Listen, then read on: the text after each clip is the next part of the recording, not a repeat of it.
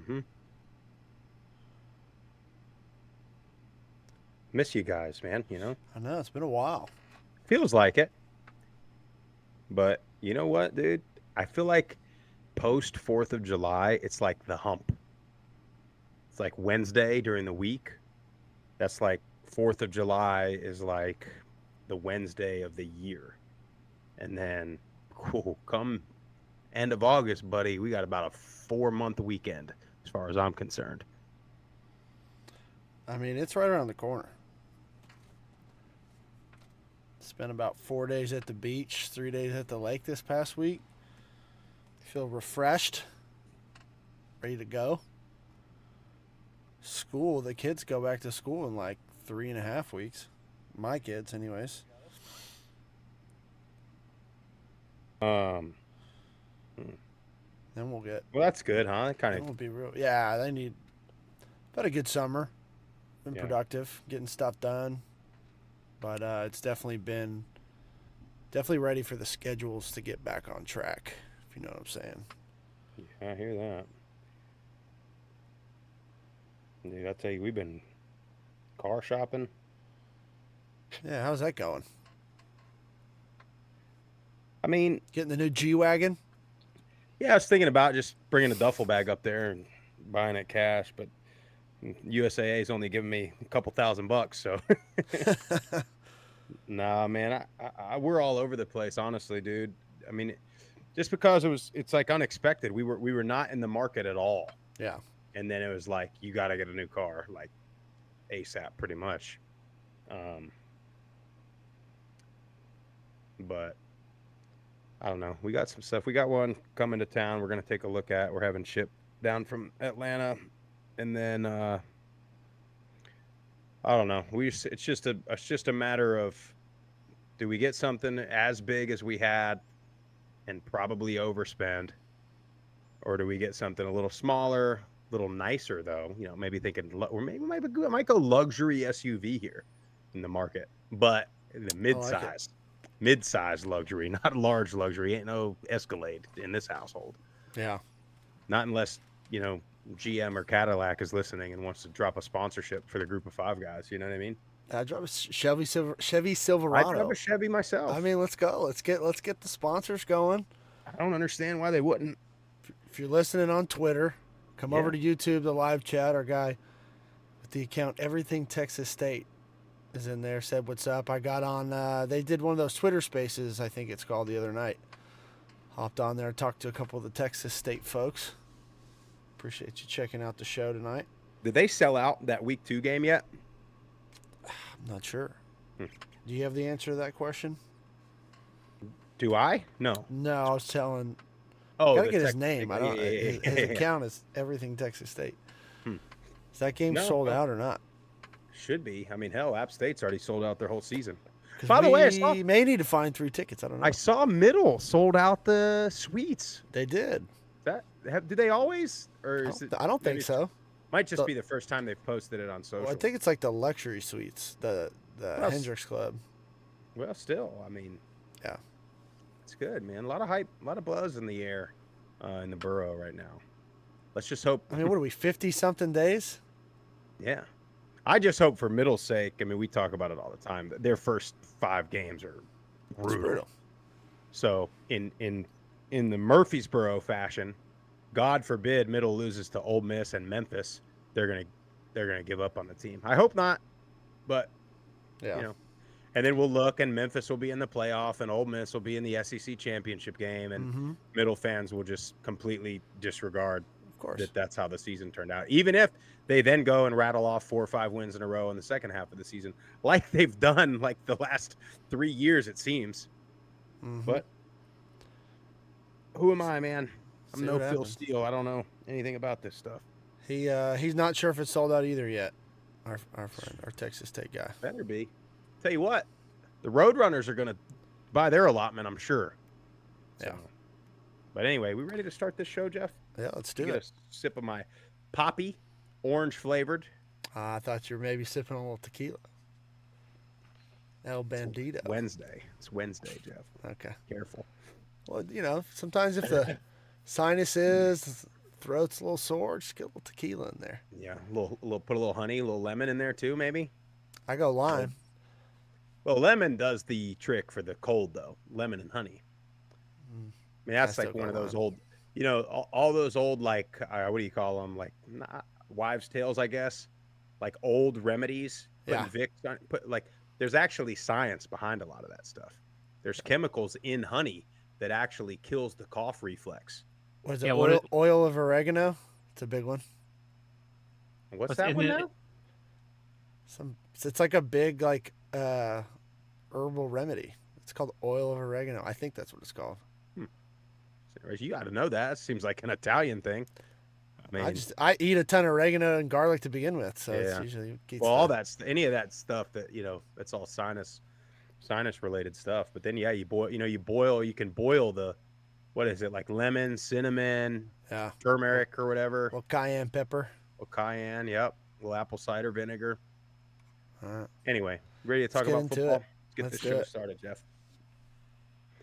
Good evening, happy Wednesday, and welcome into the world's greatest Group of Five football podcast. This is the Group of Five guys. If you're new here, new listener, new viewer, first of all, thank you for joining us. But our mission is to be the voice for the Group of Five football programs that the mainstream sports media, the video game media, any of these people just absolutely refuse to support the Group of Five. That is why we're here. We need your help. We need you to follow us on all the social platforms at Group of Five Guys. Go to YouTube, Apple Podcasts, Spotify, wherever you get your best podcast. Subscribe to the channel. Give us a 5-star rating. Leave a review. Most importantly, you can tell your family and friends all about us. Or you can go to groupof5guys.com. Click the link that says shop. Got lots of apparel, hats, everything like that. Matter of fact, I just got this shirt. Dry fit, long sleeve. This is a 2X. Fits good. They run pretty true, I would say, to size if you're thinking about ordering. But a lot of good stuff on there. Groupof5guys.com. On this episode, we're going to talk about the best quarterbacks coming into the 2024 season and the best defensive backs coming into the 2024 season. We got a little bit of news, breaking news, if you will. We'll probably talk a little bit of EA Sports and plenty more. Hope you guys enjoy the show.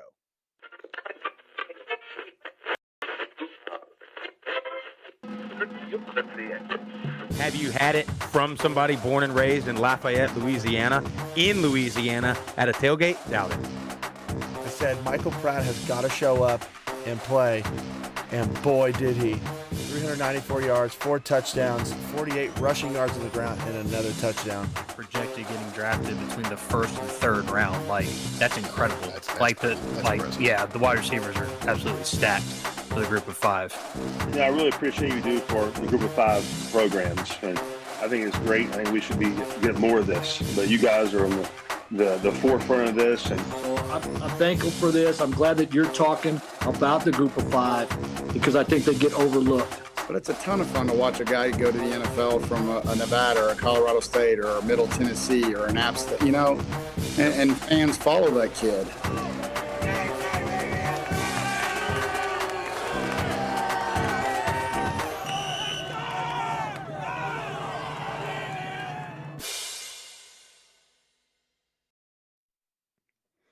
Hey, before we get going on the show, I know it's been about, I think about a week at this point, but we haven't gotten on here to talk about it. Just wanted to extend our condolences to Isaiah Hazel and family. Kyrie Jackson, Isaiah Hazel, and I believe it's AJ Litton, all high school teammates, all went on to play college football. Kyrie Jackson just got drafted by the Vikings, but Isaiah Hazel was at Charlotte. So Group of Five related, but all three, man, in the same car, involved in a drunk driving accident. They were not, the drunk party here. So they were hit by a drunk woman in an SUV. All three of them passed away. So, man, it's we got guys that we played with that in car accidents have passed. It sucks, man. It's stuff you don't think about, And so just thoughts with them and their families, man. I mean, we're never going to be the downers on this show or sad, but that's something I felt like we had to say. And I hate to say this, but for one, like anything, when a celebrity or somebody that's more well known passes, sometimes the other guys are forgotten. And because Kyrie Jackson's in the NFL, he's been the headline. But there's two other successful athletes that pass too, and so just want to make sure they get their due respect also. But brutal, man, brutal. Make sure you tell your loved ones you love them, and just be careful out there. I don't. There's been some stuff, some people saying, it was 2 or 3 a.m. Which, look, dude, I'm not going to sit here and say we ain't been out at that hour, and so sometimes there's nothing you could do, man. But it just sucks, really sucks. So, thoughts and prayers out to the Charlotte family, all those guys that knew them and their families. But anyway, try to lighten it a little bit. So let's talk about this EA Sports. Was it 5 players? 5 group of 5 players in the top 100? Yeah, I think it was the top 100. They were like all overall over rating, 90, right? They were all. Well, I guess they overall. listed it from 1 to 100, I believe. So wherever their overall rating fell, if I'm not mistaken, and there was 5. Go figure, 5 group of 5 guys in there. Well, what'd you think? First of all, I definitely think those 5. That's a good 5. Now, I think you're missing some people, and I think some of those guys are underrated too. I don't know how. What was like the kid from Oklahoma State, Ollie Gordon? Speaking of drunk driving, I'll tell you what, man. We have such a problem because everybody's ready to crucify the woman that was drunk that killed those 3 players, but Ollie Gordon gets a DUI and nobody's hurt. And he's got his head coach talking about, well, no, everybody's done it. We've all done it. Like, no big deal, no problem. Like, man, if that's your thought, if that's your opinion, well, then you can't be mad at this other lady, man. So at some point, you're both committing the same crime, right? Yeah. And so I think that was, first of all, the timing was very, very poor on Mike Gundy's part to come out and say that at media day. What did he say? I've done it 1,000 times or something like that. Like, bro, have you? Mr. I'm a man. I'm 40. Mike Gundy's the he's known for saying all types of and in generally, stuff. I've liked Mike Gundy, to be honest. Yeah, but that really took me by surprise. Yeah, I'll paraphrase this, but he said something along the lines of like how many beers does it take to get to the legal limit? It's like 2, 3, 4 beers, and then you hit the legal limit. And he said, I've driven that way hundreds of times or whatever. So that's still like not, obviously not good for him to say. And with everything that's going on. Also, look, like call me a conspiracy theorist, but I have a hard time believing that if it was 3 or 4 or 5 beers, that the best running back in the country didn't get away with it. You know what I'm saying? So I find it. I don't want to accuse anybody, but I feel like it probably wasn't just a couple beers. But anyway, and then again, just poor insensitive on the timing of that based on what happened in the same week. Right. So, but anyway, what was his EA Sports rating? I didn't. Probably 98, 99, I bet. Yeah, I'm not sure what it was, but there's actually 6 group of 5 guys on there. You had from highest rated to lowest, Clay Webb, tackle for Jacksonville State, Ashton Genty, Torrey Horton, Jason Henderson, Caden Salter, and Quentin Cooley to round it out. You got 290 overall rated players in the same backfield. Ooh, I bet a lot of people. I should have went into the comments and I was wondering how many people just were ragging on Liberty. Yeah. Well, I mean, really, and I don't mind any of those ratings. It's just, I'm sure they put 3 or 4 Colorado players ahead of them. Yeah, which, and I think Genty to me is the biggest miss. I think he's underrated there. Yeah. And maybe Torrey Horton. And then I think you're missing some guys because, Ricky White out of UNLV, I'm sure he was in the high 80s. Other than that, sleeping on him. Well, yeah. And I mean, I don't know how they come up with those ratings, but no idea. Very, very interesting there. But anyway, so Murph, we talked about you went to the beach, went to the lake. I've been just car shopping. Tip, what'd you do for the 4th? Anything? Just had a bunch of like family 4th of July get-togethers. You know, in and around the 4th, July 3rd, city had the like fireworks show or whatever, and then family's house, or family get together on the 4th, and another family get together that weekend. So just just a lot of family time. It's good stuff. I'll tell you what, a couple things. On the 4th, I took my drone up in the air and got like the neighborhood fireworks. It was pretty cool. Our neighborhood does a pretty good job on holidays like that. I know Halloween is a real big deal here. 4th of July, they get after it.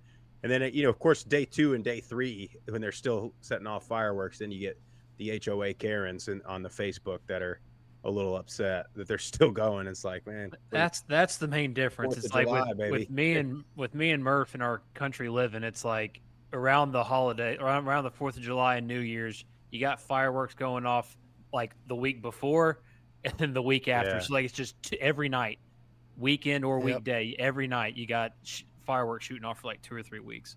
Yeah, I mean, I get it. I'm trying to see. Now that being said, regular nights, I'm here in the freaking army installation over here shooting off tanks at 3 a.m. So like a couple bottle rockets ain't bothering me at all. They do the army base does a big. They did it the weekend before, but they do like a big concert and like a gigantic fireworks show, and it's free to the public. So we've been going out there. So we went out there, got a little concert in. There you go. Both kids slept through like 2-hour concert and fireworks and the drive home, which is fantastic. So anyway, let's talk defensive backs. Let's talk the best DBs. Now we went corners and safeties here, or at least I did. I don't know what y'all did on this. And I don't necessarily have an order. I have a number 1. I think that's the clear number 1. But then I just kind of went, the way I always approach these when we do these lists is I think who just pops in my head immediately. And then I try to go back it up with stats and numbers and, things like that. So, and normally we've been pretty good about stuff like this. A lot of these guys that I have, we've been talking about for a couple of years. How they're still in college, I don't know. But then there's a couple of them that I have a feeling we'll be seeing in Mobile at the Senior Bowl, and we'll be wondering, or the public will be wondering where these people came from. But if they have been listening to us for a little bit, they would have heard some of these guys. So for me, I'll get it started. My number 1 is ECU corner. I don't even know how to pronounce his name, but Siobhan Ravel, out of East Carolina. Word is they say this guy turned down a couple $100,000 in the portal this year, Wow. which wouldn't shock me. And to be honest, credit to him, because ECU has not been very good. Wait, how much was this, Sprouse? I don't know. He said a couple $100,000 is what I've heard. Billions and billions and. Sorry. That's good. That was good. I didn't know where you were going with that. But he's a guy. He's the NFL guy of this group. I don't think he's, Quinyon Mitchell by any means, but he's your long corner. They got him at 6'2", 188. He only had 1 interception last year, but 12 pass breakups. Also blocked 2 kicks. So he's a special teams guy. So I had him out of ECU as my number 1. I think he's getting most of that because of his size. Yeah. To me, he's a good player. Don't get me wrong. But I feel like a lot of people are high on him, and I think a lot of it's just due to his length. I think that's it. I know Jim Nagy put out a tweet about him, and he is. I mean, 6'2", 190-ish. I mean, that's 6'2" is a pretty big corner. So that's who I had at number 1. Who else did you guys have in here, or anybody that you had at number 1, or did y'all go, out of order or anything like that? One I had pretty high was Cameron Oliver at UNLV. I mean, it's another bigger guy, 6'1", not quite as stout at 175, but had 54 tackles last year, 5 picks, 5 pass breakups, and also had 2 sacks and a forced fumble. So with how good UNLV was last year and in the Mountain West, if you can have an elite corner out there to shut an opposing offense's top receiver down, that's a big addition, big piece to that UNLV success, I think, this year. So Cameron Oliver's one that I had pretty high on my list. What'd you have, Tip? So I got one that did well last year, so I expect him to repeat this success this upcoming year. Anthony Johnson Jr. at Western Kentucky. Last year he had 44 tackles, 4 interceptions, and 5 pass deflections. So big year last year. So, his expectations are high. Another guy is a transfer, but he's transferring to a place into a system that he knows all too well, and that's Caleb Ransaw. He's going from Troy to Tulane. When he was at Troy with Coach Summerall last year, he had 50 tackles, 1 interception, and 1 pass deflection. But he's going into a system that he knows it can play and have success right away at Tulane. But listen, dude, that Tulane defense this year is going to be something special. Yeah. So, and that's speaking of a little sidebar. That's somebody I thought definitely should have been higher on the EA Sports thing is Pat Jenkins. Yeah. I mean, he's my guy. I'm gonna just call it right now here in July. He's my player. Like if we were picking a guy to be drafted or whatever, or make a ton of noise, that's the one I'm sticking with. Stop it. Stop the rat poison. That ain't rat poison. You're defensive spewing lineman. it all over the place. He's a defensive lineman. They don't think like you people do. He don't know. The defensive lineman, somebody one of my high school coaches, he played corner for the Dolphins for a little bit. I remember I asked him when I was in high school, like, what's the difference between like O-line guys and D-line guys and versus skill guys? And he was like, well, O-line, they're the guys that sit around and drink beer with each other. D-line guys smoke cigars and Black and Milds. I was like, what? I said, what are you insinuating here, pal? And then he said the skill guys are none of the above. They're just, got mental problems. But anyway. Well, I had him, and I want to add on to Tip's point. I had Caleb Ransaw as well. And for that very reason, that he plays this spear position, which is kind of a hybrid. They move him around a ton. So he could be guarding a tight end or could be guarding a slot receiver. They'll bring him off the edge. They'll bring him in the box. They can drop him deep if they need to. But I think he's going to have a great year, and I think he's going to be a key piece to that defense, helping solidify the new system they have. And then with that front four, I mean, the hardest pressure, in my opinion, is on a quarterback is right up the middle. And you have Patrick Jenkins who's going to be wrecking havoc. So you're going to get balls that are thrown too early or thrown late, or they're just causing issues, which I think will hopefully help him get maybe a few more interceptions or pass breakups, or he's just going to be around the ball all the time. So that's I wanted to add on to that. Yeah, well, and something too to think about is Troy didn't necessarily have a very potent offense, so they were never in games where their opponent just had to throw it all over the place to come back or anything like that. So you might look for that too out at Tulane. I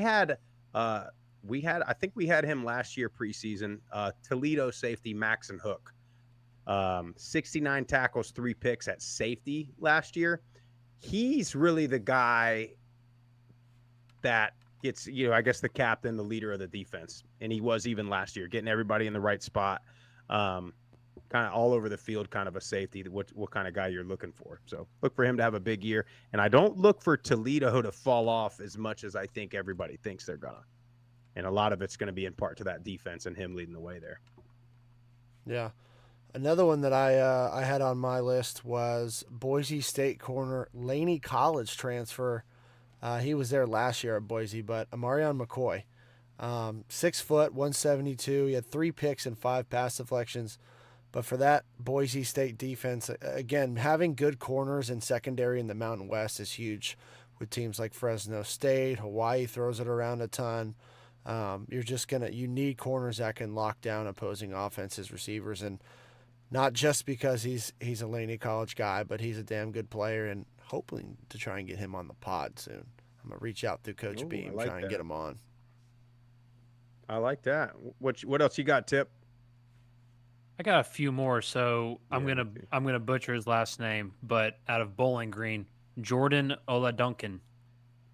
Last year, 30 tackles, 4 interceptions, 5 pass deflections. Now that tackle number might be a little low, but I think that's just a little bit of the MACtion, just a lot more running the football in MAC. So that could be the reason for the lower number of tackles, but fantastic player, and I expect him to have another great year this year. Also, no interceptions last year. This might be one reason why he doesn't jump off the page necessarily, but he's due this year. He's going to get some interceptions. But Dante Kent out of Central Michigan had 58 tackles and 7 pass deflections last year. So like I said, he's due for an interception or 2 or multiple interceptions this upcoming year. I also have a little sleeper Ooh. for this year because he hasn't played in the group of 5 yet. He's a Ooh. transfer from LSU. Denver Harris going to UTSA. Limited playing time at LSU. He had 7 tackles, 2 pass deflections last year. So this is his opportunity to get on the field and show his talent. And so we'll see what kind of numbers he puts up. But that's my sleeper pick for this year. I gotta tell you, boys, we are all over the place on this now. I don't think we're gonna be quite as diverse in our picks on the QBs, but so far, like everybody that y'all have had, I've not even had on this list here. But I like Tipko and Mac. Listen, Mac puts out these defensive backs year in and year out. I got one too that's also a little bit of a sleeper tip out of Buffalo. Didn't really play last year due to an injury, but led the country in interceptions in 2022 with 7. I think we've been talking about him since we've been doing Group of 5 guys. Marcus Fuqua, corner out of Buffalo. He's a grad student now, so it's probably going to be his last year, I think. But look out for him, man. Led the country in interceptions in 22 and then got hurt with an injury. And then I was going to go Mountain West real quick. I got Colorado State safety Jack Howell. He's your old school safety. Aggressive, tackling machine, back-to-back 100 tackles. Not the guy, that y'all wanted arrested for assault. I was going to say. No, it wasn't him. Not that guy. Not this guy. And then I also got Jeff, I imagine you got this guy, Fresno State, Cam Lockridge. 5 interceptions in 2022. Also missed a lot of last year with a pec injury. But look for him to have a big, big year. I got 2 other guys. I got one. Who you got? That hasn't been mentioned. I'm going to go App State, Ethan Johnson. Smaller guy. Only had 1 pick last year, but 11 pass deflections, which means he's always around the ball. And in the Sun Belt, you got to have guys that can stop the deep ball. And I think he's going to be a huge key on that Mountaineers defense. So, Ethan Johnson. Tip, did you have anybody else? Only other 2 I wanted to bring up, South Alabama, Jaden Voisin, the brother of their wide receiver, who I don't know if he's still there. But anyway, first team all Sun Belt guy. He was in the portal after the year, but ended up, at least as of now, coming back. And then last guy, I know they're probably itching about this. Brylan Green, safety out of Liberty. 5 interceptions last year. If you remember, I remember just watching games, and I know it wasn't all Brylan Green, but they had 3 or 4 games that came down to the wire where a defensive back made a pass deflection in the end zone or in the red zone to seal games last year. Lot of talk about Liberty's defense being a lot better. Their offense did the job, week in and week out. Defense gave up a ton of points. That's going to be the area that needs to improve if they want to make another run at, the playoff for this year. Their defense is going to have to be a lot better because they're not going to get the benefit of the doubt. So they're not going to be able to give up 35 points to Middle Tennessee this year if they want to make the playoffs. Now, Jeff, I know you think Middle's winning that game, but anyway, call me crazy. You got to come to Johnny Red with 5,000 hostile screaming Blue Raider fans. I think it's a midweek game if I'm not mistaken. Oh man. So the good news there is the sold out suites won't have any other games on the TV. Well, that's very true. You're going to have a lot of echoes in that stadium. So, I don't know if Liberty's used to playing in that type of environment, used to playing in Lynchburg. The stadium's packed. It's a different environment on the Iron Skillet, let me tell you. What I would give for the Iron Skillet to just be cracking like it was when the Golden Gophers of Minnesota came to town, and what was that, 2011 or 2010? It's coming back. Oh man, it's gonna be coming back. Blackout game was like in 08, 09. That place was against FAU, right? Middle wins on Hail Mary, rocking. I got chills. I got long sleeves on, but the arm hairs are sticking up there. That's all we got on DBs. Hey, before we go to QBs, you guys make sure you download the Prize Picks app. I know we are in the dead period of sports fandom, but I know Tip's a Major League Baseball guy, so he's probably on it. Prize Picks, player prop bets. Use our code GOFG. They'll give you up to $100 matching your first-time deposit. I mean, you got MLB on there. You got WNBA, which I need to ask y'all's opinion on the WNBA here in a second. But use our code GOFG. They'll match you up to $100. And then also, if you're going to any of these games. Going to any MLB games, WNBA games, some of these soccer exhibition games or what they're having. Make sure you check SeatGeek first, see if you can get the tickets. Use our code, all one word, group of 5 guys. They'll give you $20 off of your purchase. WNBA, boys, who's your rookie of the year? Is it the 9-17 Chicago Sky led by Angel Reese, or is it the 9-18 Indiana Fever led by Caitlin Clark? Both, I think, are in the playoffs at this point. I got to tell you. Don't they all make the playoffs? No, they don't, do they? No, I don't know. They I have might. no idea.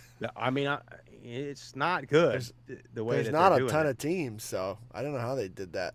Go figure. WNBA's got the playoffs figured out though. Yeah, College- they do. College football can't. But it's got to They be do. it's got to be Caitlin Clark, right? I mean, she's tied with I think points and assists or but something Angel with the Reese has top got 3 players all in the the double league. doubles.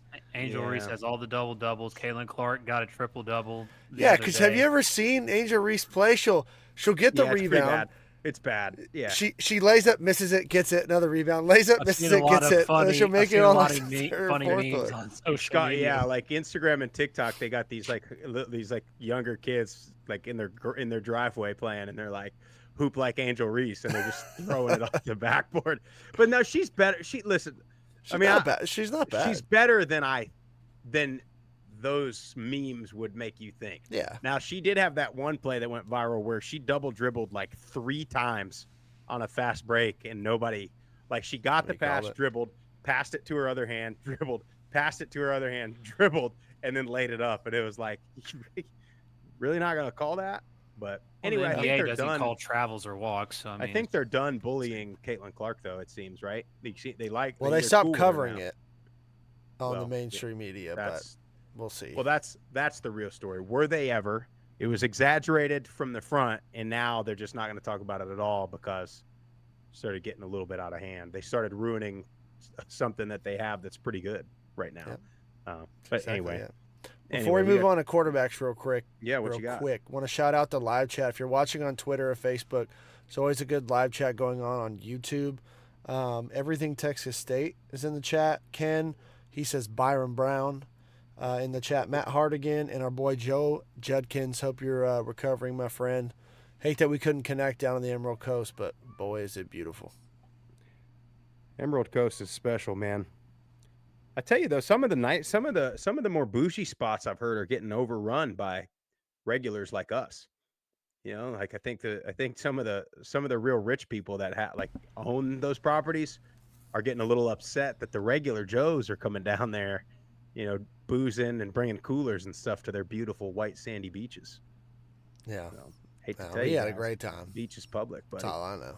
yeah, no, that's the best beach in my opinion in the country.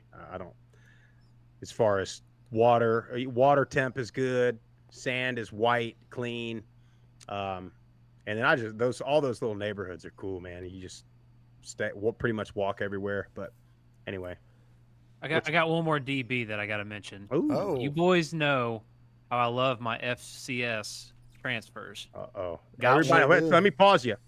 Everybody write this down. Notebook this, because we need Jeff to go back and pull back the Bailey Zappi clip from Tip 3 years ago. But this could be it. Well, I don't know if this guy's going to be Bailey Zappi like, but transfer from Elon, Jaden Dennis going to Memphis. I'm excited to see what he does on this good Memphis team. You know, last year he was all over, all great stats: 30 tackles, 3 interceptions, 7 pass deflections, a sack, and 2 forced fumbles. I mean, this guy was all over the place on defense. So I'm excited to see what he can do on this good Memphis team. I like it. I like that pick. Well, let's talk quarterbacks. I wanted to go a little bit more superlative route here, if you guys don't mind. Jeff, I'm going to defer to you a lot in this segment. But let's start right now. Who's the prototype? Big arm, Josh Allen. Who do you have in the group of 5 for 2024? Is there a guy like that? I mean, if you're going biggest arm in the group of 5 right now, prototypical, I guess, style and build, I'm probably gonna go T.J. Finley, just because he's a big body guy. He can really throw the deep ball well and mobile enough. He's not as mobile as a Josh Allen is, but I mean, if you're wanting to know, what the old school NFL scouts are looking for, they're looking for a big guy that can throw the ball a long way, and I would have to say that's going to be T.J. Finley. I like it. What about either of you, Tip or Murph? But a lot of these guys can run now. But who do you think's the best one? Is it the obvious answer out in Lynchburg? Well, so the safe answer here, would be Caden Salter or even Byron Brown. I mean, he rushed for over 800 yards last season. But I'm going to go a different direction for this year, for 2024. You guys know how much I like my FCS transfers. Oh wow. Man. Two in one show? Hold on a second. Where's he going? Transfer from Holy Cross, Matt Sluka, UNLV. Big time. The definition of a dual threat quarterback, along with Salter and Byron Brown. This guy at Holy Cross is rushed for over 1,200 yards over the past, or in each of the last 2 seasons. And 3 seasons ago, he rushed for 800 yards. So this guy is, I think he is going to excel in this offense with the fast-paced offense that Coach Marion's going to run at UNLV. He doesn't. So last year, only 1,700 passing yards to go along with his over 1,200 yards rushing. So don't really know if the low amount of passing yards was just because of the Holy Cross offense or personnel. Not entirely sure. But we know he has the personnel at UNLV, and we know that he is going to be a great dual threat quarterback. So he's going to match Sluka. That's going to be my pick. He's going to have the most rushing yards in the group of 5 for quarterbacks this year.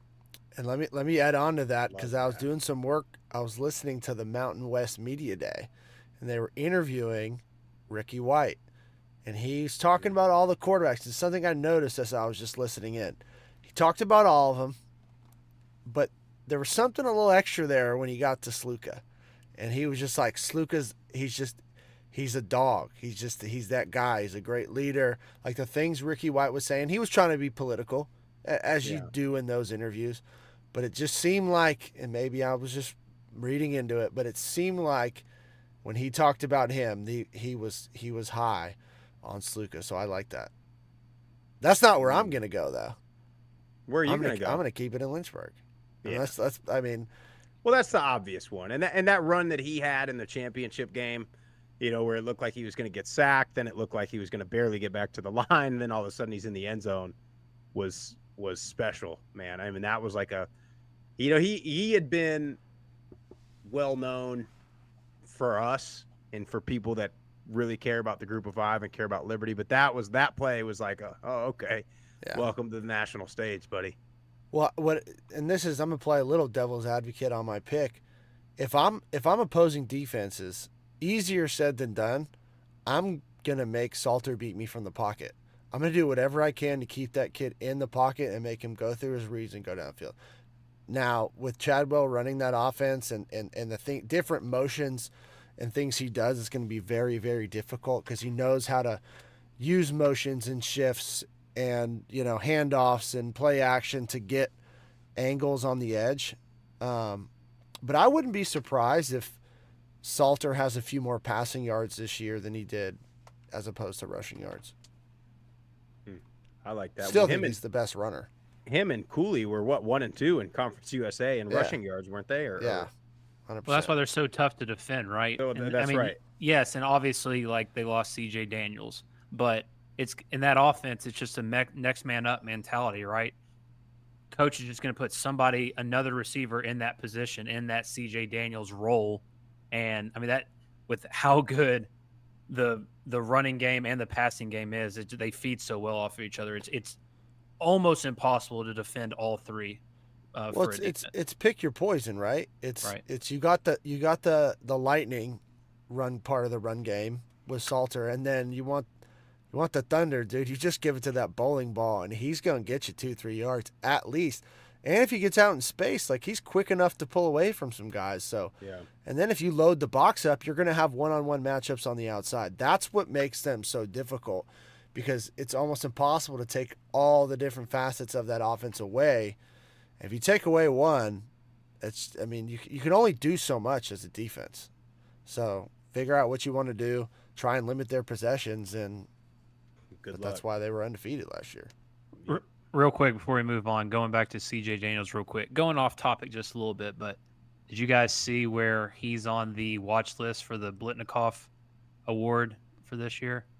Yeah, I hope he gets the same. To LSU. I hope he gets the same amount of stats or snaps and targets as he did at Liberty. I doubt it. Question is, if he was still at Liberty, would he be on that watch list? No.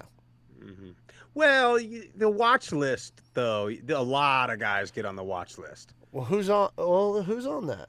Because is Torrey Horton on that list? Surely. Don't believe so. No, come on. All right, now I got to look it up. Who do we?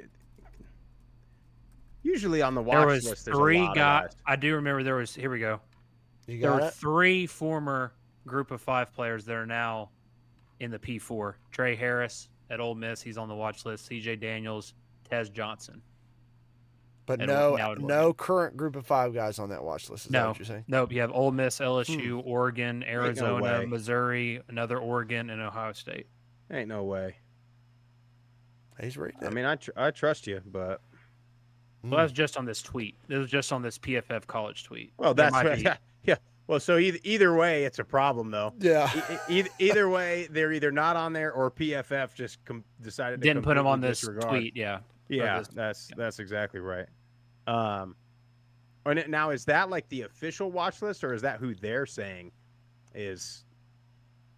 It was just the post said which wide receiver will win the Blitnikoff Award this season, and it had those. It had like these 7 P4 players on it. And it just caught my eye because 3 of them are former Group of 5 players. Isn't that something? Well, we got something. We got a comment in the live chat from Josh Grothus, I think is his name. It says Oregon figured Liberty out. They got to get better up front if they want to compete with the top dogs. And I agree with you, Oregon figured them out. But that's also the Oregon team that only figured out everybody else, too. Yeah, that only lost to the runner-up to the national championship because they lost to Washington twice. By 3 points. By 3 points. 6 total points in 2 games. So, I agree, but... Yeah. I mean, and let me ask you guys this question. Let me ask you this separate question. So we got to get back to quarterbacks here in a second. No, we don't worry about the quarterbacks. We'll do O-line next episode. That's all we need to talk about.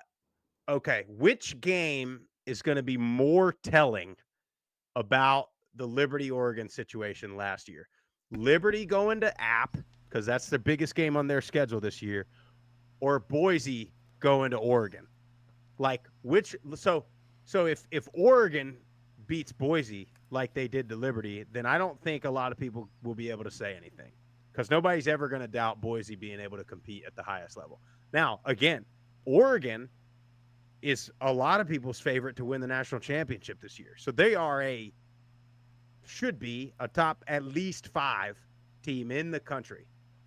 So Boise State, are they going to – if Boise State plays with Oregon – does that say, oh, see, look, Liberty shouldn't have got the nod last year. It should have been whoever it would have been, SMU, or I guess SMU is who people wanted in there. Or, like, let's say Liberty goes and beats App pretty good. Does that show, yeah, Liberty is the best and have been the best? You see what I'm saying here? Is that which game means more in that argument? I think in the court of public opinion, there's nothing Liberty can do to reverse like that loss. Yeah. On the other side, I don't think people are high on Oregon, but you lost Bo Nix, who was a really, really good quarterback and got drafted. Like, I'm not so sure that they're just going to plug a guy in. They're going to be just as good as they were. Unless we saw a rematch in the upcoming playoffs. Dylan Gabriel ain't Bo Nix. He doesn't throw. He's not near good a thrower as Bo Nix is. The guy's probably the odds leader for the Heisman, isn't he? I mean, that's fine. He wasn't at UCF. But he's at Oregon now? Yeah. He's at Oklahoma last year? 6th year, 4th school, something like that. Just, it's wild, man. And what do you, like, at that point, what are you looking for? You know? Like, he had to be getting money at Oklahoma. Sure, probably UCF. Well, did you was see the getting money. recent news about Oregon? Phil Knight with Nike. It's Unlimited unlimited resources. NIL. Yeah, unlimited money. Phil Knight. That guy. You see the picture they're floating around? Like they're floating around two different pictures. One is like you could tell is relatively recent, and he looks like his age. Then one has to be at least 20 years old. The picture of him, and it's like, hey, that guy. I don't know. Can't buy a championship, Phil.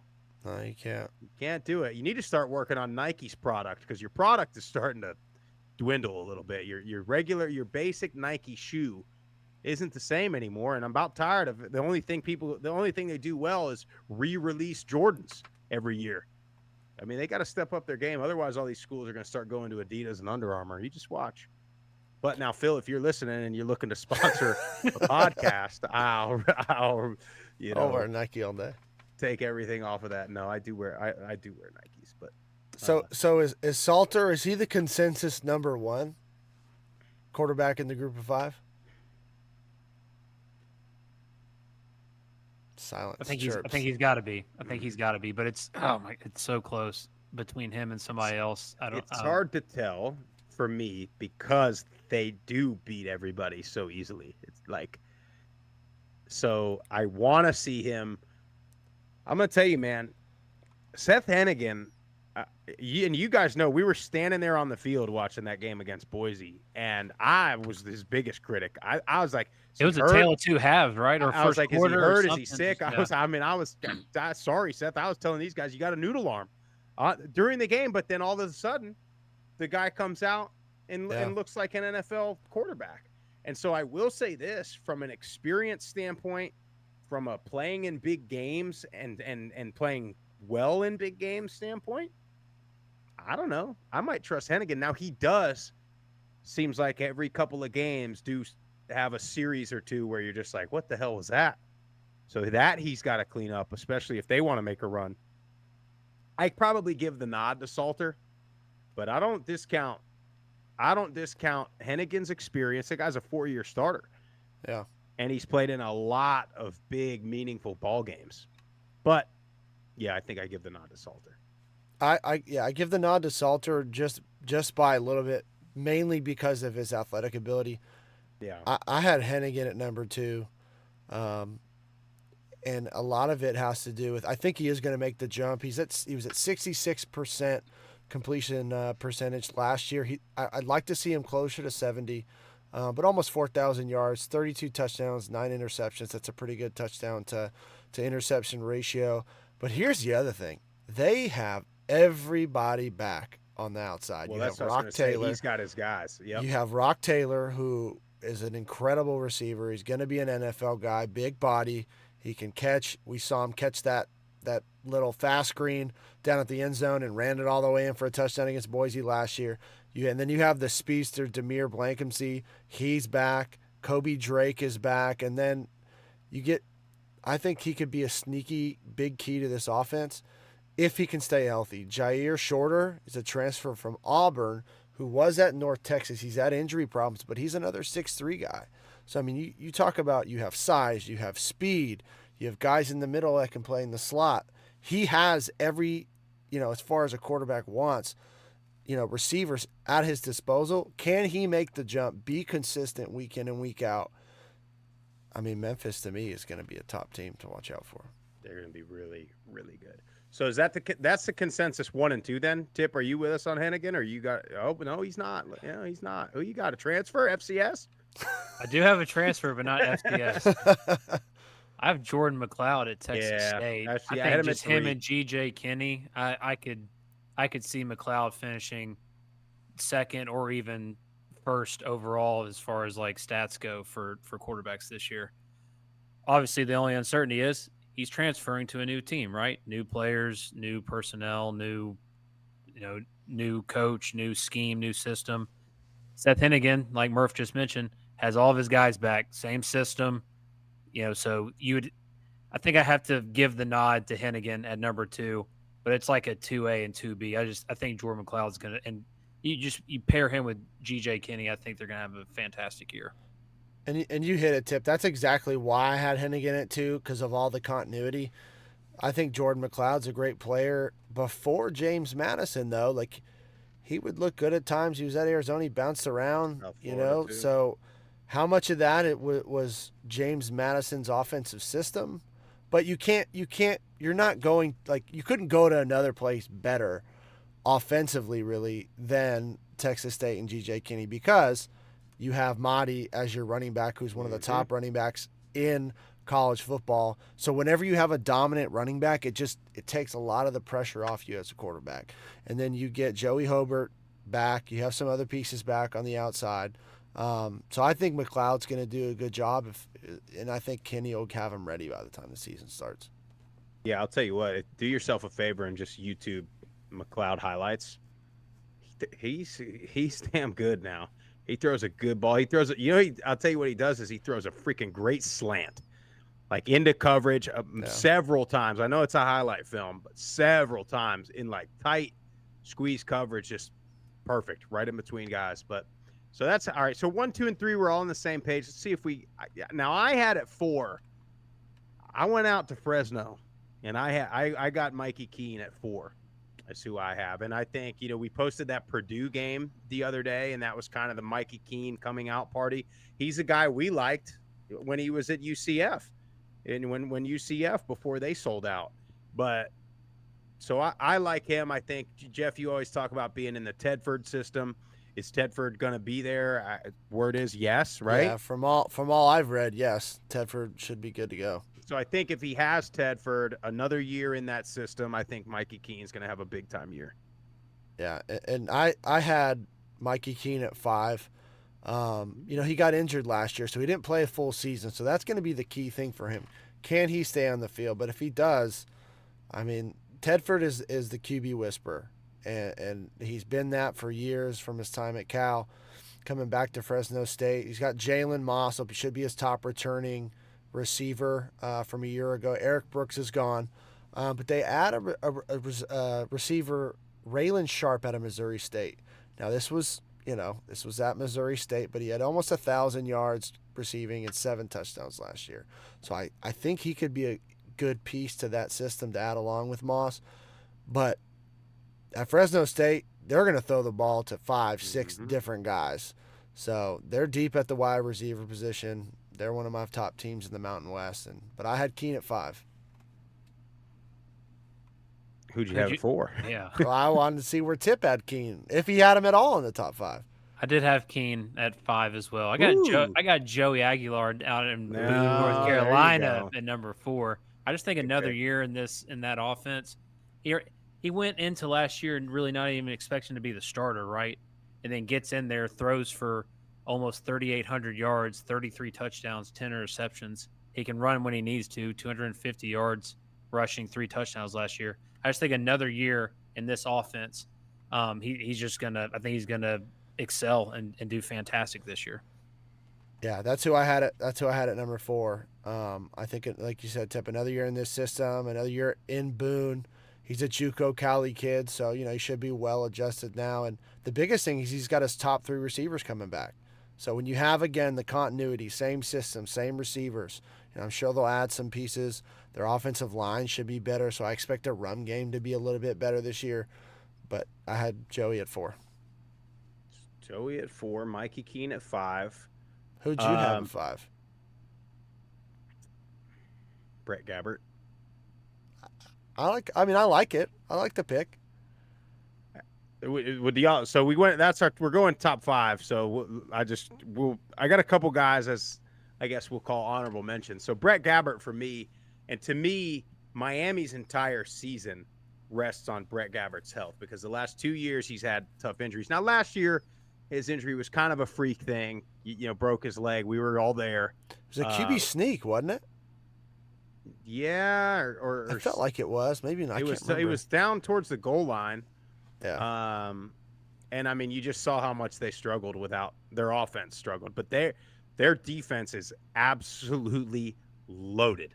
They, to me, are about as clear of a favorite in the MAC as we've had since we've been doing this, to be quite honest with you, if Brett Gabbert's healthy. Yeah. But I mean, this is Mac, to me, if Brett Gabbert is healthy and everybody, Salopek, Ty Wise, those guys on the defense are healthy, this is a MAC champion, and this is a borderline playoff team with everybody healthy. So, I mean, the guy, it's like his 6th year. It's basically his 6th year as the starter, too. Yeah. He just has been getting hurt. Yeah, and I probably would have had Gabbert in there. Just the uncertainty with that broken leg and not, we really haven't heard much. We got a couple people on the ground up that way, and they said he looks, he's making the right strides to be ready to go by the season. But you never know. And I call back to my Raider fandom when Derek Carr broke his leg right before the playoffs, before they moved to Las Vegas, and he came back and he just was never the same, and he was just a little gun shy. It just seemed like he had happy feet. So I hope that's not the case with Gabbert. I hope he's healthy. But like you said, if he is, I mean, Miami's going to be a tough team to beat. Mm-hmm. And they've got on their non-conference, I believe they've got Notre Dame and Northwestern. I think Northwestern is definitely a winnable one. Notre Dame, we'll see. I mean, preseason, I'm sure they'll be top 10. We'll see how they actually are. But and then I'm sure they got Cincinnati again, and Cincinnati's down. Yeah. They beat them. They beat them last year. So was that a neutral site game? I can't remember. No, that was at Cincy last year. So is it at Miami this year? Yeah, right.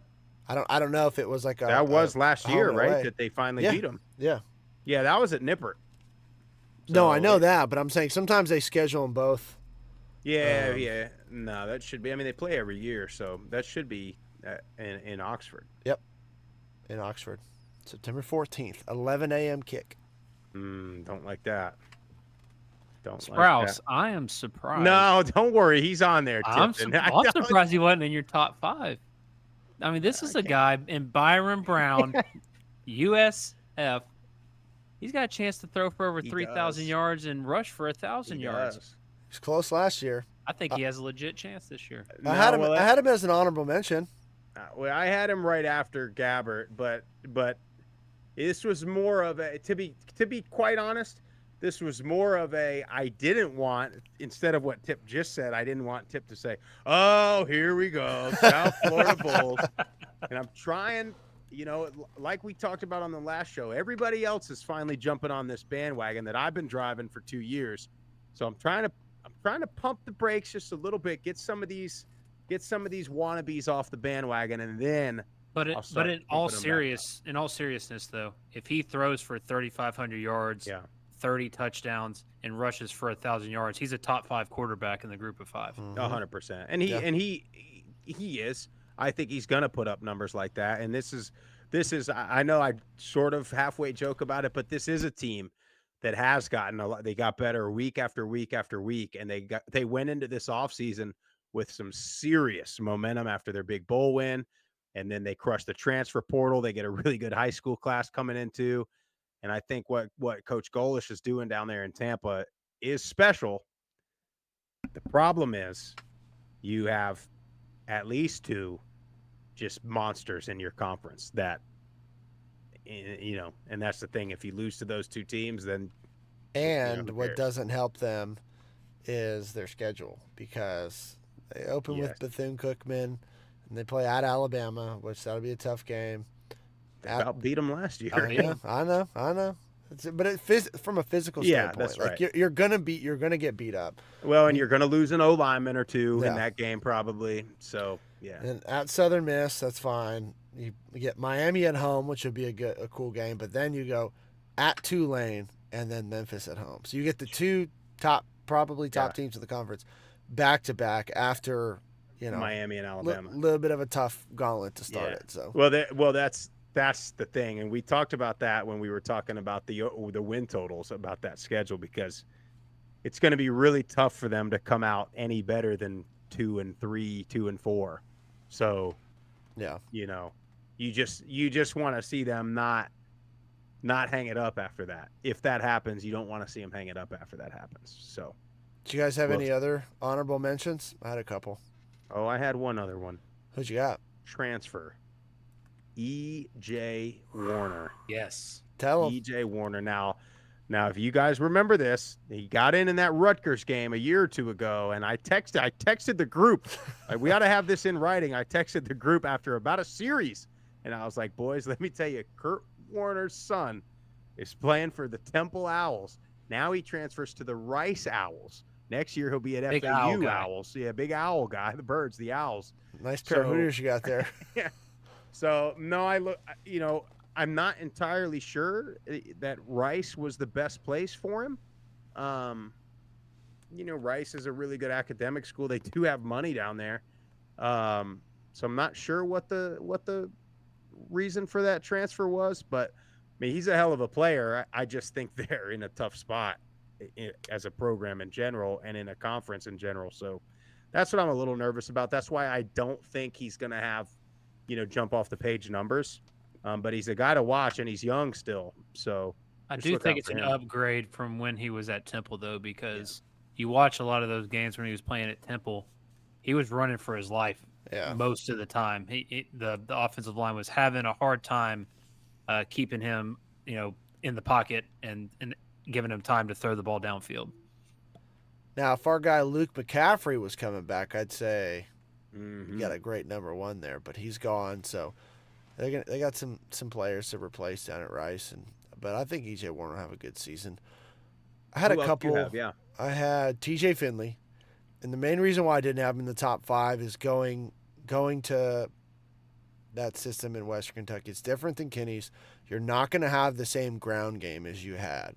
You're just not. And then you lose Malachi Corley, lose some other guys on the outside. So can they replace what they lost on the outside? I think they can. They've done a good job in the transfer portal the last couple of years. But I think there's going to be a little bit of drop-off, mainly because you're not going to have the same ground game. And then I had the other one I had was Braden Fowler Nicolosi at Colorado State. I think he's going to be better than he was last year. Torrey Horton coming back, one of the best receivers in college football. I think he'll have a good season. Again, they just got a tough stretch, especially at the beginning of the year. But I pray they beat Colorado. I mean, if they do that, that's just gonna make my year. Did y'all see? Did y'all have anybody else? I think we got to talk about Malachi Nelson at Boise State. Well, right? and the only reason is he's unproven, but I think he's. I mean, he's got the talent. Is he a 5-star or is he a 4-star? Well, if he gets the He's a starting, 4 now if that he he's gets at the Boise. starting job at Boise State, he'll probably be a 3-star. Well, that's the thing is he may not win the job because they still got Mad Dog Maxon. Yeah, Or Madsen. Maddox Madsen. Hey, where's he from? I think if they don't start Nelson, the fan base will erupt. Maybe. I'll never get over the quarterback stunt that they pulled last year. I think was the most ridiculous approach. Hopefully they don't to do a that. 2-quarterback system. Pick one. Could you imagine? Oh, but anyway, where did that other kid end up going? Arkansas, I think. Can't remember his name. Taylor Green. Yeah, Arkansas. Went to Arkansas. Why? Razorbacks are back, I guess.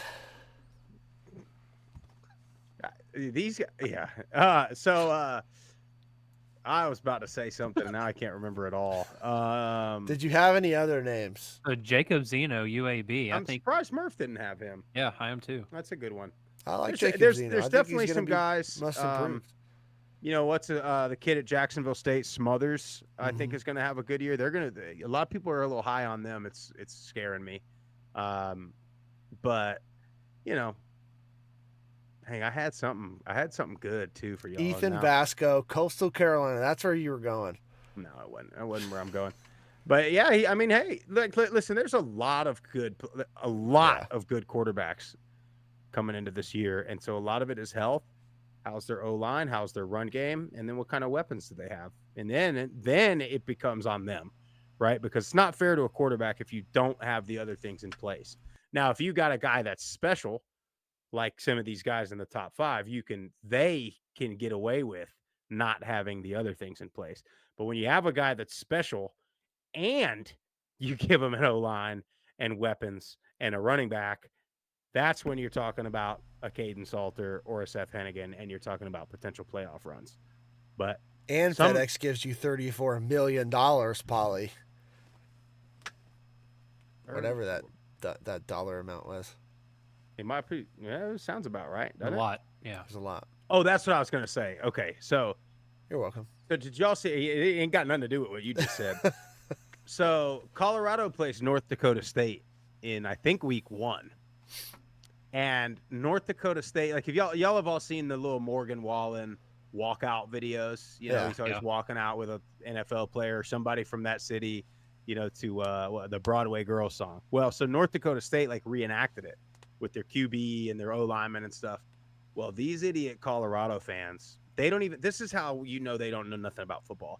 They're like, "Oh my God, who is this team that we're gonna stomp week 1?" And everybody's like, "Y'all must not know about the Bison of North Dakota State." Because I'd be surprised. I mean, I would Hell, actually they're be in the damn surprised if they championship game didn't, or playoff every year. at minimum, Every year. at minimum, keep that game close. But it would not surprise me at all if North Dakota State. That would be beat 'em pretty good. incredible. I mean, It could happen. It I mean, could absolutely it could happen. And I think Colorado State ought to be favored Any given in Fort Saturday. Collins. I mean, although I hope that stadium's sold out because that's a Surely big ass it is. stadium. It And is. in a nice Nice stadium, that stadium, place yeah. gonna be rock. I hope that Does after- our boy get the call in that game? Gus Johnson? he might. You know, Mountain West just got that other TNT deal. Yeah, they're gonna be on True Who are you TV. gonna get on TNT? Who does the? Well, I guess the guys that do the tournament, the basketball tournament, will be. Hopefully Who Charles does that? Barkley does. Charles, that game. yeah. Oh, now that would be election. You know, this guy Dion and them big old women down there. Oh man! But anyway, so we got a couple voicemails before we end this thing. So just so y'all know, coming up, we'll talk about O-line, D-line, wide receivers. We still got running backs, linebackers to talk about, and then we're about to get into these conference preview shows, and then the season will be upon us, boys. But before we go, we got 2 voicemails, Jeff. Guys, Yep. we're getting close to the season. Y'all call the hotline 615-900-4286. You will be able to leave a voicemail. We want hot takes, we want predictions, we want trash talk, we want all of it. And those of you that have been here for a while, you know, once the fall comes, we usually got like 10 or 12 of these. So we're probably going to have to limit them as it comes time for the season. But I cannot wait to hear these 2 voicemails. Something funny over there, Jeff? Yeah, I'm cracking up. Just nothing to do with the voicemails yet. Was the first voicemail is very funny. Quad says, "Just pray Barkley doesn't have to call a UTSA game." They got them churros down I'm there. telling you, them big old women down in San Antonio, boy. Hey, we sort of debunked that myth, though. I mean, I think, yeah, I'll tell you, Nah, those women, they're not from San Antonio. They shipped them in from Dallas. you got to spend 2 nights in San Antonio because the first one you'll agree with Charles Barkley. The second one you might not. I don't know. But he did say something. Those churros are good. Churros. That might be the funniest clips I've ever seen in my entire life. And I now love we Charles just Barkley. lost that show. Yeah, Unbelievable. I don't know. It's terrible. But let's get to the first voicemail. And speaking of Ethan Vasco and Coastal Carolina, call in from our good friend Stu's Right. Hey boys, Stu's Right on Twitter. Headed down to Myrtle Beach for vacation. Not Conway. Myrtle Beach. Reached out to Steeple, see if he was around. Staple, whatever his name is. He's dodging me. He responded, but he said he's going to be on vacation somewhere else, so he ain't going to be able to meet up with me so I can show him how to drink a beer. Anyways, I had a couple big recruiting wins for Appalachian class of 25. Going in the Rock Boys, a couple guys that Liberty was in the hunt for. Sorry, Zach, GG, Go Flames. Anyways, just killing some time on the way to the beach. Thought I'd call and say hello. Glad to hear Terry Johnson's back in the fold. We missed him at the end of last year. Not much to say other than that. Can't wait to football. About 60 days, I believe. Anyways, y'all have a good one. Appreciate you, Stu. It just gets me fired up. I know. And then him I hope we're going to get some Steeple, this year now that his We kid's hadn't- done I playing. know, we hadn't But heard surely from he will, Steeple in a so long while. as his kid's still on the Panthers roster. Surely he'll be calling in with updates and stuff like that. And then, Hey, that's a Jack- big off-season win, though, right? He talks about getting 2 recruits from Liberty. That's that's always big time. That's going to be the battle, I think, in that part of the country from here on out. I mean, Yep. it probably has been for a little bit, but I think especially now, as Liberty Could be, cements it's themselves as one of the top. it's probably like Liberty, App State, UNC, Wake Forest, NC State, kind of like all those They'll all be surrounding ton schools. of There's a lot of schools right there. when you can pull out the map, there's a lot of schools in that. I mean, in stretch of the East Coast. Virginia and the Carolinas, there's a lot. Yeah, and you're right, Tip. I mean, you really, once you take out Clemson and maybe South Carolina, like UNC and NC State and them, I think App and Liberty compete with them for some of those guys. So especially the thing there is, if it's about NIL, App probably is not in the mix. Liberty is probably still in the mix, and North Carolina, of course, is going to be in that mix. But if it's not about that, then I think App's got I don't know. I think good chance. As long as it's not basketball, I think Liberty might have UNC The NIL. beat and NIL, all that. Yeah, but all North that Carolina, they church got money. Jordan. Yeah, but they got Jordan money. Yeah, that's true. But I don't know. But they're a big basketball school. Yeah, Most of that money they want to go to basketball. They don't. I don't know. I don't know that for sure. But who cares? Great It's North vacation Carolina. spot, by the way, Stu. Myrtle Beach, Myrtle fantastic I was place. gonna say, when we were talking about the beach earlier, that beach where we were at, it was Loved it. really good, especially for the Yeah. kids. It was a great beach, big beach. My son asked me at least once a week, maybe more than that. When are we going back to the beach house? The So, beach house. boys, let me I'm ask the glad- question. I'm glad the kids think it's like our house. Like, hey, buddy, Yeah. I got news for you. Group of 5 guys is gonna have to get signed by something called ESPN. All I'm saying We're is gonna have to get he a wants to Stephen go A. back Smith to that beach contract house. if we want that house. I do Yeah. too. Book it. That was a great house. We should. Solid. We should. I mean, All right, I'm on it. I got it. yeah. Just put a down payment on it. Tip. I'll get you later. Don't worry about it. 150 thou. Might want to hold on to that one. Yeah. For Give you an IOU. for the pillar at the front door, 150 thou. Jeez. Well, he mentioned Zach Green. That's our next voicemail. So we'll get to that one. What's up, guys? It's Zach Green here. I know it's been a long time, but I've been listening to most of what y'all been putting out since I called last. And, man, it is almost football season. I know almost means like 2 months, but still, that's a lot closer than we used to be. Anyway, I just want to call in and talk about this whole Liberty scheduling Power 4 thing that everybody complains about. And trust me, a lot of Liberty fans are upset about that as well. But I just want to give some history because it seems like a lot of people making fun of Liberty for this scheduling thing are acting as if Liberty's program was born in 2023. And obviously that's not the case, but I understand that was our first year in the group of 5. That's our first year. A lot of teams paying attention to us. And so I just want to give some background in the teams we have played before, and just to show that our school is not afraid of playing Power 5s. So in 2022, we played Wake Forest, BYU, Arkansas, and Virginia Tech. BYU was not yet in the Big 12, but they were heading there the next year. We went 2-2 against that schedule. The year before that, we went to Ole Miss. We unfortunately lost to both of them that year. 2020, we beat Syracuse. We beat Virginia Tech. We lost to NC State by 1. 2019, I forget who I think we played Syracuse and lost to them. I'm not sure if we played anybody else. 2018, I'm pretty sure we got crushed by Auburn. 2017 was our first ever Power 5 win at Baylor. I don't remember 16. 15 was West Virginia. 14 was North Carolina. Before that, I wasn't really a Liberty fan. That was my freshman year at Liberty. So we've got a history of playing Power 4s. It is frustrating that we don't have one this year or last year, and maybe not for a couple more years. We'll see. But we're not afraid of playing them. I couldn't explain to you the whole situation why we can't get one right now. I know a lot of schools wanted out of their contract when we joined Conference USA and needed to clean a bunch of games off the schedule. But that doesn't fully explain it, and I don't know what fully does explain it. There also are some challenges with just being Liberty in general.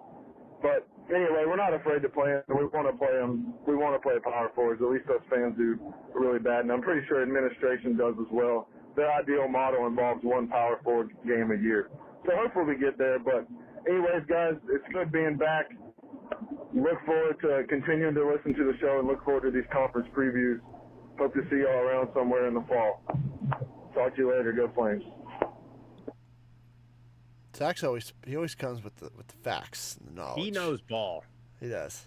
Listen, most of the people that call in probably, I mean, especially specific to their school, they know it better than I do. Yeah. I mean, you know, we need guys like that. We need people like that to call because y'all do have your finger on the pulse in your specific community. But yeah, dude, I mean, we posted it on Twitter the other day when Liberty beat Arkansas at Arkansas. These P4 teams are scared to schedule. Well, that's it right now. You're not gonna schedule Liberty, exactly, and especially now. I mean, but in fairness, it seems like they want to go when they schedule Group of Five. I mean, we've had these coaches flat out admit it. They don't want to do it because they don't think. And in the media, they feel like it's supposed to lose, right? Yeah. That's what they said. One coach. Yeah, I think it was NC State's coach said that. Which the reason it's a lose-lose, that's just because of the narrative that the media pushes about it. Yep. Because if Liberty is going to be ranked, they'll be ranked at some point, at least in the top 25. I mean, they might be preseason probably number 25, and then they win a few games, they'll be in the top 20 probably, right? But let's say Liberty gets up to number 15, and then let's just say they did have a P4 on their schedule, and a P4 beat them, that would not get the same weight just because it's Liberty. Even though they're ranked, it wouldn't get the same weight in a committee's eyes as if they beat an unranked Auburn or Arkansas. It just wouldn't. And that's unfortunate because it's not right, because we know Liberty has, and plenty of these schools have beaten teams like that year after year. I mean, we've literally been posting a Group of Five win over a Power Five every day for like almost a month now, and we haven't gone back more than like 2 years. So like, and there's plenty more to come, just so y'all know. So like, but I don't know why that narrative is there, because it's like, if it's a top, if you're going to play, to me, you got these schools trying to schedule these big, week one kickoff classic non-conference games against another Power Five, when, like, to me, it should be just as big of a game if you're playing especially a ranked Group of Five team. To me, Oregon scheduling Boise State, even though it's at home, that should be just as big of a national game as if Oregon was playing, UCLA or somebody like that. Like, I mean, that's the thing that pisses me off the most. And here we are now, it's July, and I'm already getting upset about what I know is coming in the media here. But I mean, it sucks for Liberty. You're right, because the fans want to play. The players want to play the game. The coaches want to play the game. I'm sure the administration wants to play the game. But when they're making phone calls, it's not working out. And he's exactly right. When they moved to Conference USA, a lot of those games got dumped.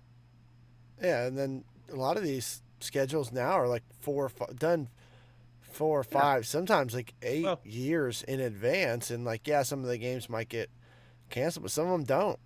And you gotta honor those agreements, and you gotta play who's slated for that. But and then if you do get a school like Missouri on your schedule, they'll cancel any Group of Five that comes up. Yeah, they'll pay you $500,000 to not come to Murfreesboro. Yeah. So that's kind of what we're dealing with right now. It just drives that that unfortunate narrative of the quote unquote separation of P4 and G5 football, when it shouldn't be like that, but it's just so media driven.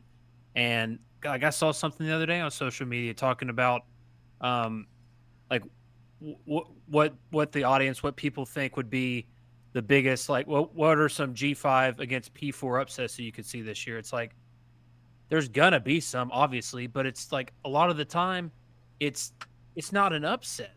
Like, Right. Like just thinking of one off the top of my head, we're just complete domination from the start of the game to the end of the game. MTSU goes down to Miami Yep. and just dominates them from start to finish. That was not an upset. MTSU's the better team in that situation, and it's just unfortunate. You got Liberty, such a good team right now in the present, and you have these P4 teams scared to play them because they're afraid they're going to lose, and it's gonna hurt their reputation or something. I don't know what their reasonings are, but it's unfortunate. We want to see these games played. Well, yeah. I mean, we could go on and on about this stuff and about the rankings and the committees and about the bias that we're getting. I know our good friend Josh Pate put out a tweet about what's SEC bias, and it's like, well, I don't know. The network that has the SEC TV contract, that also owns a gambling app, that also has the media rights to the college football playoff, that also has these journalists that get inside scoops and stuff like that, that also airs the college football committee coming on there to choose the teams. Sounds like there could be some conflict. I don't know. I mean, my God, it's quite obvious, isn't it? Yep. But that's you call that a coup, Sprouse, is what that is. It's collusion. Collusion. But yeah, man. And then you look at again, we tweeted it the other day. You look at 2020.